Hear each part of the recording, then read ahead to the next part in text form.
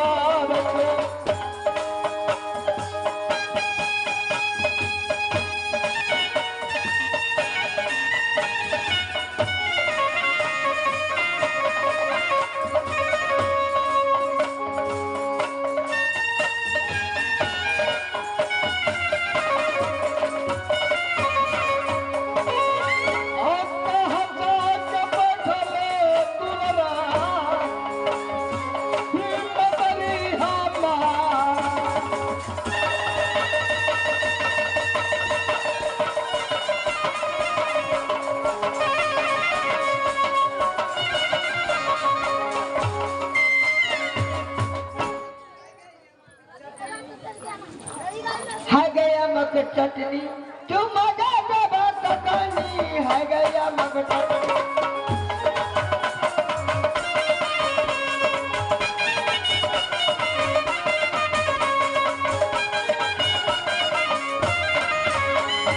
दूध दबो पति दबो और दबो यानी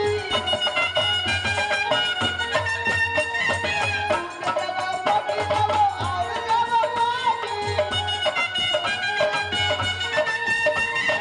ऊपर से जा दूध दबो मास्टर लो अरे ऊपर से जा दूध दबो मजा दबा सकनी है गया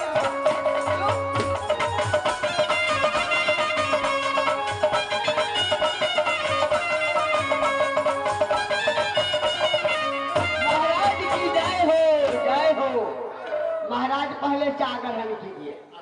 मंत्री, तुम चाय पियो क्या? तुम्हारे पास चाय लेकर के आया था। बाप रे बाप तोरा पर जते टेंशन हमरा छै तते ककरो नहीं छै। ईमानदारी से पूछी तो क्यों नहीं मंत्री, तुम तो इस दरबार के महामंत्री हो। चाय एकदम आदि और लेकर दूध में पत्ती चीनी मिला के चबे। बहुत अच्छा है, पियो पियो।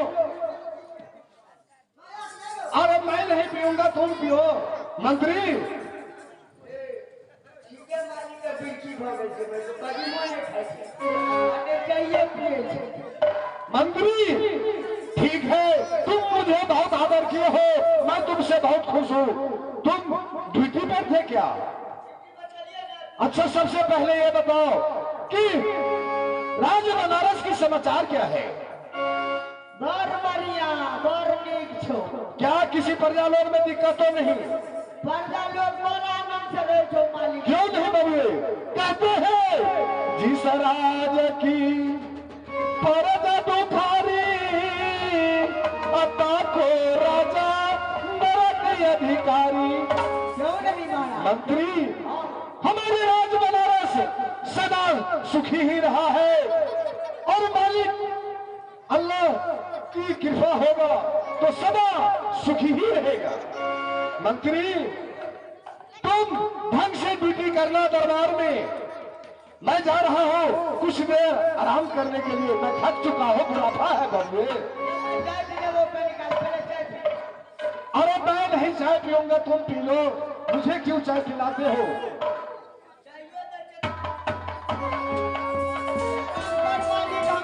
करे छे अहाँ का कोई जाने में ककरो दिक्कत नहीं हो।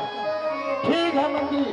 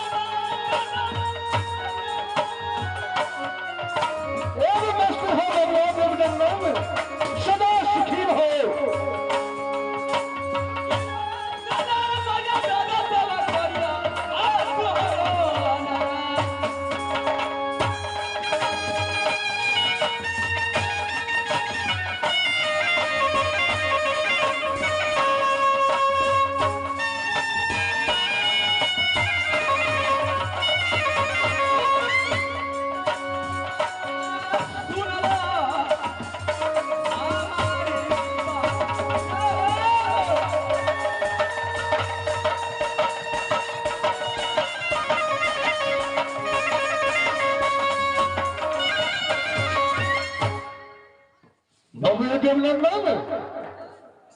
प्रणाम दादाजी। एवं मस्त सदा सुखी रहो बबुए। बैठो बैठो बबुए, लाभ पलटते तब तो चबाए गुलाबी पान। क्या हाल है राज महलों के, सारा सारा हाल दो बतलाए। हाँ बबुए, खुशखबरी लेके आपके पास। क्या खुशखबरी लाया है? हाँ बोलो। मैंने मेरे दोस्त, हाँ हाँ बोलते जाओ। मैंने मेरी दोस्त शादी किया है राज मोरन। अच्छा, क्या भागी उदम सिंह ने जो राजमोरन में शादी किया? क्यों नहीं? हाँ हाँ बोलो। इसीलिए मैंने आपको पास निमंत्रण देने के लिए आया दादाजी। क्या भोज कर रहा है मोहब्बत के अंदर? क्यों नहीं बउआ, ये तो बहुत खुशी की बात है। जब से मैंने राज बनारस से दोस्ती किया था राज शुडवी, और जब से राज मोहब्बत उमर सिंह ने बसाया, मैंने कभी लौट के नहीं गया था। और आज इतनी खुशी की बात, जो भोज की मौका आया है बबुए, मैं इस भोज में अवश्य भाग लेंगे। मैं यहाँ से जा रहा ठीक है बबुए, तुम बढ़ते जाओ, क्योंकि समय कम बचा है। ठीक है, तुम बढ़ते जाओ।